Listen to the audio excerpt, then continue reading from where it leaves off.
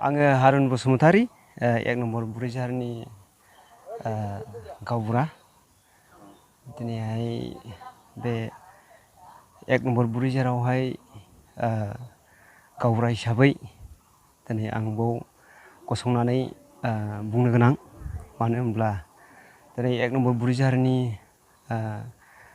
सार्चनिफ्राय दिनै माखासे गैयिफोरखौ जोङो सहाय होनो गोनां मानो होनब्ला बिसोरो खामानि एरि मोनाखै खस्थ'नि गेजेरजों भुगिनानै नुनायखाय दिनै बे एक नम्बर बुरैजारनि सार्चनिफ्राय जा हागौ दंनायखिनिखौ दिनैहाय बे गैयिफोरखौ जों दिनै सहाय होदों मानो होनब्ला बिसोरखौ दिनै सरकाराबो नुस' हाया खोना हाया बे हिसाबै जायगानि जानानै दिनैहाय एक नम्बर बुरैजारनि नेताफ्रा दिनै बेखौ सेलेकसन खालामनानै दिनै जा दंजायो बेखौनो गामि दरथामजों जों दिनैहाय बे गैयिफोरखौ होनाय जादों। नोंसोरो बे हाबाफारिखौ बबे बबे गामियाव होनो नागिरदों बे अनसुंथाइखौ? ओरै मलानदुबि ओमफ्राय ओरै 2 नम्बर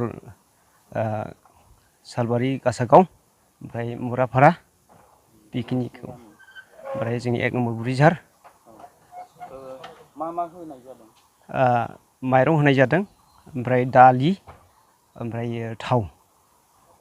जों एसे सावरायदों आरो सावरायनायनि गेजेरजों बेखौनो जों अनसुंथाइ होनो सानदों। दा जाय बिथांमोना जोङो होबाय जों गोसो खुसियै जोंनि एक नं बुरैजार बापटिस्ट मण्डलिनिफ्राय जा दं बेखौहाय जों माइरं सेरबा दालि आधा केजि थाव गुबै आधा लिटार जों बेखौ जि हायो बेखौ जोङो राननानै होबोनाय जाबाय।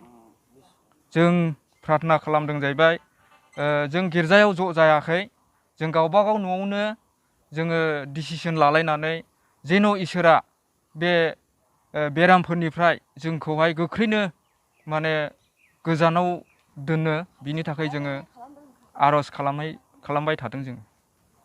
आंनि नामा काटारिना बसुमतारी।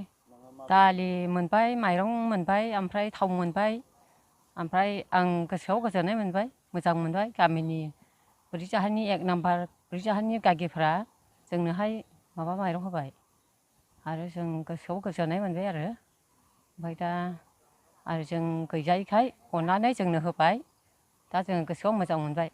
नोंथांमोना बे बन्द' समाव माबायदि खस्थ' भुगिनानै दंमोन? जोङो गोबावैनो एसे खस्थ' सैसोनानै जानांबाय आरो बिदिनो खामानि मोनाखै नालाय जोङो दैयाव अराव खामला आरि ना थेबायनानै खस्थ' फानबायनानै जाबाय आरो। आंनि मुङा अमरेन बसुमतारी गामि मलानदुबि एक नम्बर बुरैजाहानिफ्राय जोंनि गोरिब गुन्द्राखौ नायनो थाखाय बेस्राफोर गावसिनि गोसो गोरबोजों दान होफैनाय जादों जों बेखौ मोजाङै जादों जों बेखौनो जा आजावना लानाय जाबाय आरो एक नम्बर मलानदुबिया गोरिब गुन्द्रानो राननानै होफैदों बेस्राफोर गावसिनि गिर्जानिफ्राय अननानै अनसुंथाइ होफैदों आरो बेखौनो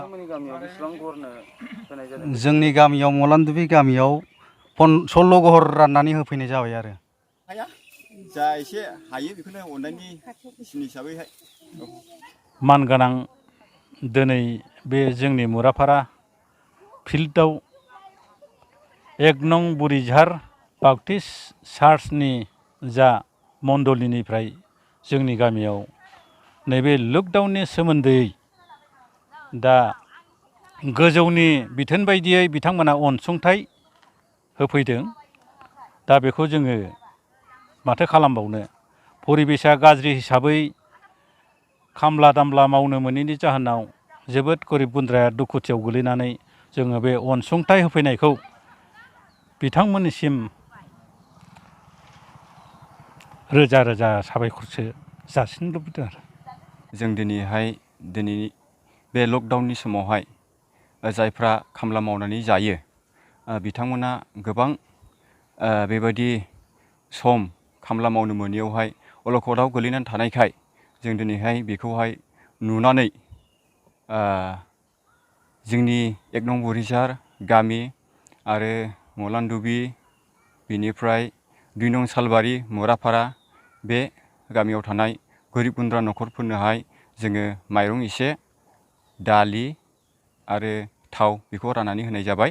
जों सानो जोङो गोबां होनो हायाखैब्लाबो बे एसे जि जों होनो हाबाय बेयावनो जायफ्रा बे आइटेम्सफोरखौ नाजावदों बिथांमोना बेयावनो सन्तुष्ट' जागोन होननानै आं सानदों।